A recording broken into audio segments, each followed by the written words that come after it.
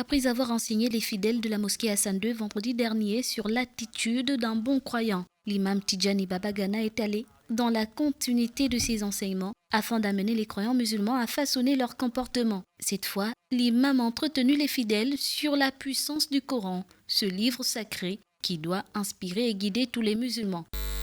Louange à Allah, Seigneur des mondes. Louange à Allah, Créateur des cieux et de la terre.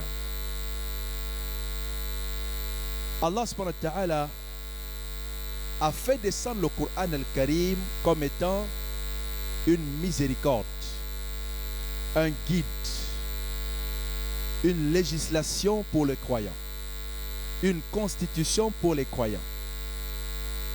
Le Coran al-Karim est le premier élément, la première référence du croyant. Parce que dans les différentes étapes des dalils ou des preuves vers lesquelles le croyant doit s'appuyer, il y a d'abord le Coran. Ensuite, après le Coran, les dires et les faits, autrement dit la sunna du prophète Mohammed sallallahu alayhi wa sallam. Ensuite, comme troisième étape, les connaisseurs, les savants, parce que ce qu'ils disent, ils l'épuisent également du Coran al-Karim et de la sunna du prophète Mohammed sallallahu alayhi wa sallam. C'est pour la raison pour laquelle Allah dit Ati'u Allah wa ati'u Rasul wa ulil amr minkum. Obéissez à Allah et obéissez à son messager. Wa ulil amr minkum, et ceux qui ont connaissance, pouvoir. Ulil amr, c'est tous ceux qui détiennent, si vous voulez, une parcelle de grandeur, de responsabilité qu'Allah leur a confiée. Nous devons les suivre. Donc le Coran al-Karim, Allah nous rappelle encore en disant Alif Lam Mim Dhalika al-Kitabu la rayba fi. Ce livre-là, il n'a point de doute. Hudan lil muttaqin. C'est une guidée pour qui? Pour les pieux, pour ceux qui craignent Allah subhanahu wa ta'ala.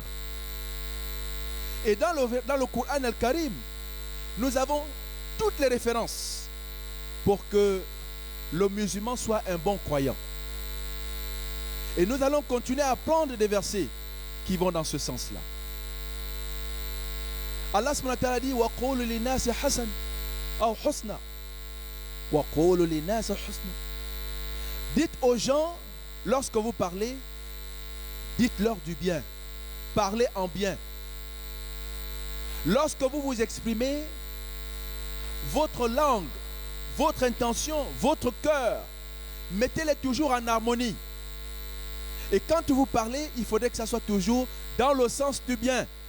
La relation du musulman avec ses frères est la plus pure de toutes, car elle est basée sur leur amour commun de Dieu, a rappelé l'imam.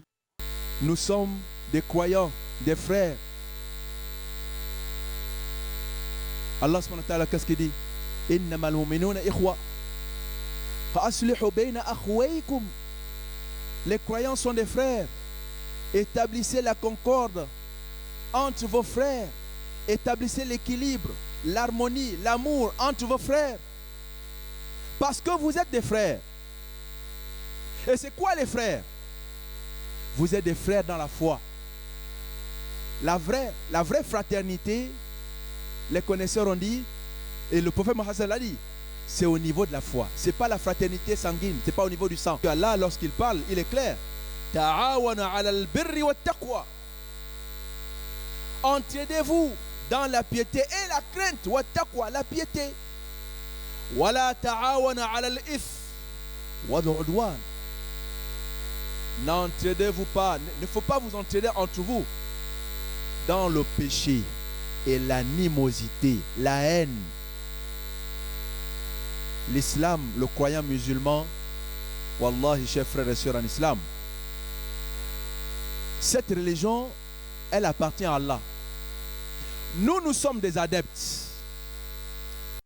Telles sont les qualités et attitudes que chaque musulman devrait s'efforcer de mettre en pratique. Le caractère idéal du musulman doit être à l'image des enseignements du Coran et de la Sunna.